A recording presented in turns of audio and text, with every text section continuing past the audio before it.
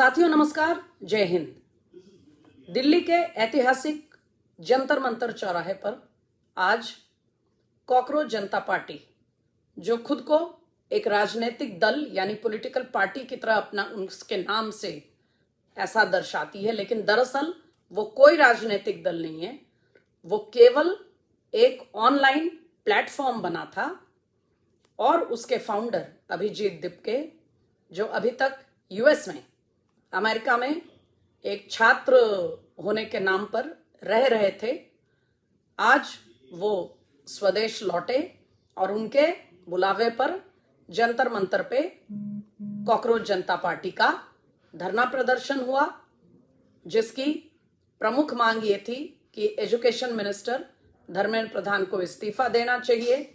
NEET के paper leak के मामले को लेकर, सीयूईटी में, और जो सीबीएसई के इवैल्यूएशन वगैरह को लेकर, यानी शिक्षा क्षेत्र में पिछले दिनों में जो कुछ दुश्वारियां, कुछ परेशानियां, गड़बड़ियां सामने आई हैं, उनकी जिम्मेदारी लेते हुए धर्मेंद्र प्रधान के इस्तीफे की मांग को लेकर ये प्रदर्शन रखा गया था।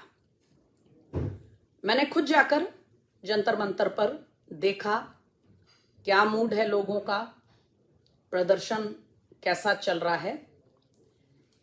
1 से 1,500 लोग इकट्ठा हुए थे प्रदर्शन में। और जब प्रदर्शन आप यूं कहें कि बिल्कुल अपने पीक पर था, यानी भीड़ सबसे ज्यादा थी, उस वक्त भी जो संख्या बल था वो 2,500 से ज्यादा नहीं था। यह महत्वपूर्ण नहीं है। धरना प्रदर्शन कुछ दर्जन भर लोगों से भी किए जा सकते हैं। महत्वपूर्ण बात यह है कि जो कॉकरोच जनता पार्टी अपने इंस्टाग्राम पर millions and millions of followers, 2 crore 2.5 crore followers का दावा कर रही थी, और जो कि इंस्टाग्राम पे दिखता भी है, वो कहां गए सभी लोग? वो करोड़ों की फॉलोइंग कहां से है? अगर 2,000 लोग नहीं जुट पाए, जबकि पानी की तरह पैसा बहाया गया है, और ये मैं दावे के साथ इसलिए कह सकती हूं क्योंकि जिस तरह से पिछले कुछ एक दिनों से ट्रेंड करवाया जा रहा था, और अभिजीत दिपके बार बार कह रहे थे कि मैं भारत आ रहा हूं और हम ताकत अपनी सड़कों पे दिखा देंगे। जिनको लगता है कि हम सिर्फ एक ऑनलाइन प्लेटफॉर्म है, हम दिखा देंगे कि हम सड़कों पर भी हमारी उतनी ताकत है। इतने ट्रेंड करवाने के बाद, इतने ज्यादा सोशल मीडिया पर शोर मचाने के बाद, अगर क्राउड का ये हाल है तो वो क्यों है, इसका कारण ढूंढना ज्यादा मुश्किल नहीं है साथियों। इंटरनेट पर, वो इंस्टाग्राम हो, एक्स हो, फेसबुक हो, इंटरनेट पर जो फॉलोइंग का संख्या बल नजर आता है, आवश्यक नहीं है कि वास्तव में इतनी ही फॉलोइंग हो। पहले छोटे से शुरू करते हैं। किसी भी व्यक्ति को अलग अलग ईमेल अकाउंट, अलग अलग क्रेडेंशियल्स दिखाकर एक ही व्यक्ति 10 सोशल मीडिया अकाउंट बना सकता है, दूसरा ईमेल दे करके, दूसरा फोन नंबर दे करके, और फिर इस तरह से वो अपनी एक व्यक्ति है, लेकिन हैंडल 10 हो सकते हैं, 8 हो सकते हैं, ज्यादा भी हो सकते हैं। और राजनीतिक दलों के जो आईटी सेल्स होते हैं वो ऐसा काम करते हैं क्योंकि उन्हें अपने मैसेज को एम्पलीफाई करना होता है। लेकिन साथियों, ये फिर भी छोटा तरीका है। वास्तविक तरीका ये है कि आप पैसा फेंकिए, पैसे खर्च करिए एजेंसीज को, तो आपको नॉर्वे और स्वीडन से लेके टर्की और श्रीलंका तक फॉलोअर्स तैयार बैठे हैं, बॉट्स, जो आपके फॉलोअर अकाउंट को इस तेजी से बढ़ाएंगे कि आप देखकर हैरान हो जाएंगे। यही बात कॉकरोच जनता पार्टी के संदर्भ में कही गई कि इनके followers Turkey, Pakistan, Bangladesh, Uzbekistan और पता नहीं कहां कहां से इनके फॉलोअर्स आए हैं। यानी ठीक है, शुरुआत में कॉकरोच जनता पार्टी को लेकर जो एक उत्सुकता बनी लोगों के अंदर, ये एक पंची सा नाम था, युवा आमतौर पर ऐसी बातों से आकर्षित होते भी हैं, तो उनका एक आकर्षण जरूर बना था। लेकिन वो फॉलोइंग उतनी है क्या जितनी दिखाई जा रही है? और अगर इतनी फॉलोइंग है तो कहां हैं वो लोग। अब आते हैं मुख्य कार्यक्रम पर। जंतर मंतर पे जो संख्या बल मैंने आपको बताया उसमें 1/3 बल्कि उससे भी ज्यादा सीधे सीधे यूट्यूबरों का जमावड़ा था। ये यूट्यूबर उन्हीं के साथ के लोग थे, उन्हीं के विचार के लोग जो यूट्यूबर बनकर आए थे और रिकॉर्डिंग कर रहे थे। तो एक तो ये हो गया।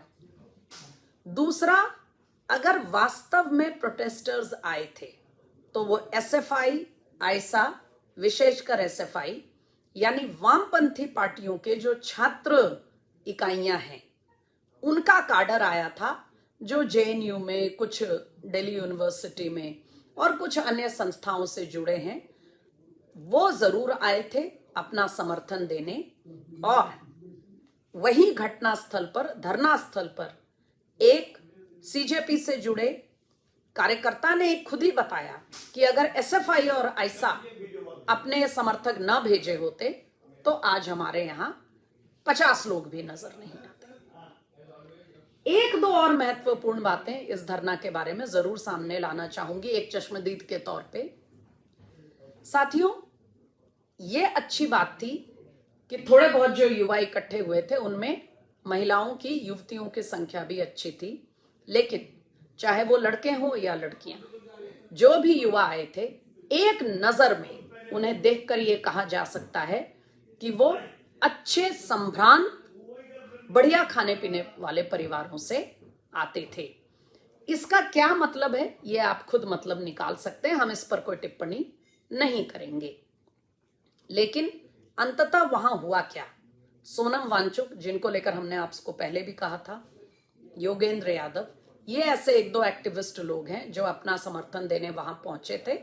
वरना वो 3 लोग, धूप बर्दाश्त नहीं हो रही थी सीजेपी के नेता और उनके प्रवक्ता जो नए नए बने हैं उनसे, और बेहद मुश्किल हालात में उन्होंने 2 से 3 घंटे किसी तरह काटे और उसके बाद तितर बितर हो गए। सबसे आखिरी बात और सबसे गौर करने वाली महत्वपूर्ण बात ये थी कि चाहे वो अभिजीत दिपके हों या सीजेपी से जुड़े दूसरे एक्टिविस्ट हों या उनका पूरा जो एक मीडिया का, यूट्यूबर की अपनी फौज वहां थी, इन सब के इतना हल्ला शोर मचाने के बाद भी साथियों, सोनम वांगचुक के आने से पहले तक वहां न के बराबर संख्या थी। अगर कुछ संख्या दिखी तो वो तब जब सोनम वांगचुक वहां पहुंचे, उनका संबोधन हुआ, और सोनम वांगचुक का संबोधन खत्म होने के बाद वो जैसे ही वहां से दूर हुए, वहां से लोग निकलना शुरू हो गए और भीड़ तितर बितर हो गई और धरना लगभग समाप्त हो गया। इस सारी रिपोर्ट से कॉकरोच जनता पार्टी के बारे में क्या निष्कर्ष निकाला जाए, ये हम आप पर छोड़ते हैं।